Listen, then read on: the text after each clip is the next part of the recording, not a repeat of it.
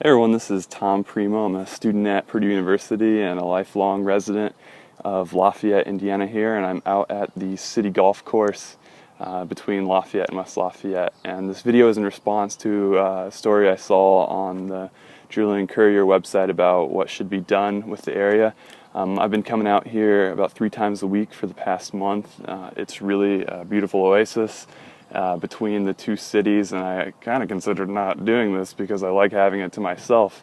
Over this past month I've only seen one other person out here walking their dog, but I think that's really a shame. This is a beautiful area that everyone should enjoy, so I'm going to show you a little bit of the place here. So this is just to the side of the first hole. There are probably quite a few ideas out there already, but honestly I think that almost nothing should be done with the area. As you can see, the grass is kind of starting to become overgrown, and it's just really a beautiful area. It's quiet. You can hear a little bit of road noise from 52, but other than that, if I'm quiet, the only other thing you hear is birds. It's become sort of a bird sanctuary. You can't see any of the ducks on this little pond right now, but normally there are ducks, geese, and birds flying around all over the place.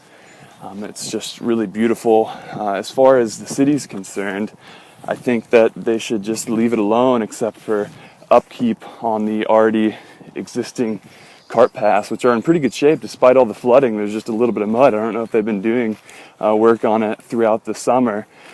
But even if they did nothing this summer, they're totally accessible, and maybe in the course of this video I'll be able to get over to one to sort of show you. But they could just keep up the various cart paths, and then people could come out here and ride their bikes, go for walks, go for runs. On a bike, it's about a 20-minute bike ride to go between all 18 of the old holes, and it's about an hour-long hike that I think everyone would really enjoy. Right back there is part of the Heritage Trail, so it'd be easily accessible by the Heritage Trail from the walking bridge. It's probably like a 20-minute walk to this big park. I think some of the flooding has killed the grass right here. And we're walking over to a cart path. So the big idea that I think should be done with this park is to leave it alone and have the city keep up the cart paths. I had one idea that they could use each of the holes as sort of campground areas. The grass is short and squishy, and I don't know if we're going to make it to one, otherwise this video would be way too long. But the grass is still short, the ground's squishy. It's great to take your shoes off and walk around. But I think if they were turned into 18 campsites, the trash in the area would sort of build up, and it might kind of ruin this. But here's cart path. So if they haven't been doing anything, it's still in pretty dang good shape. Another thing with using it as campground is I think it would make it a little bit less accessible to everyone in the community, which I really think it should be. So aside from cleaning up the cart paths, another addition that they could do to this area would be to the side of the cart paths right here is mow the grass down. I know barefoot running and trail running are becoming pretty popular, so if you mowed like a little path next to the cart path, it'd be a great place for people to come out here and do some barefoot running.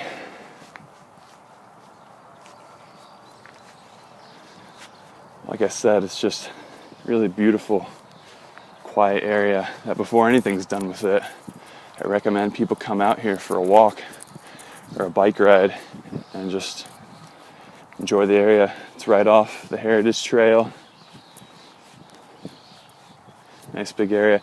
Another idea I had to pay for upkeep and reduce costs for the city would be to sort of adopt a highway kind of plan with each of the old holes in quotation marks, because if you tried to play golf out here at these holes, you'd lose a ball after basically every stroke.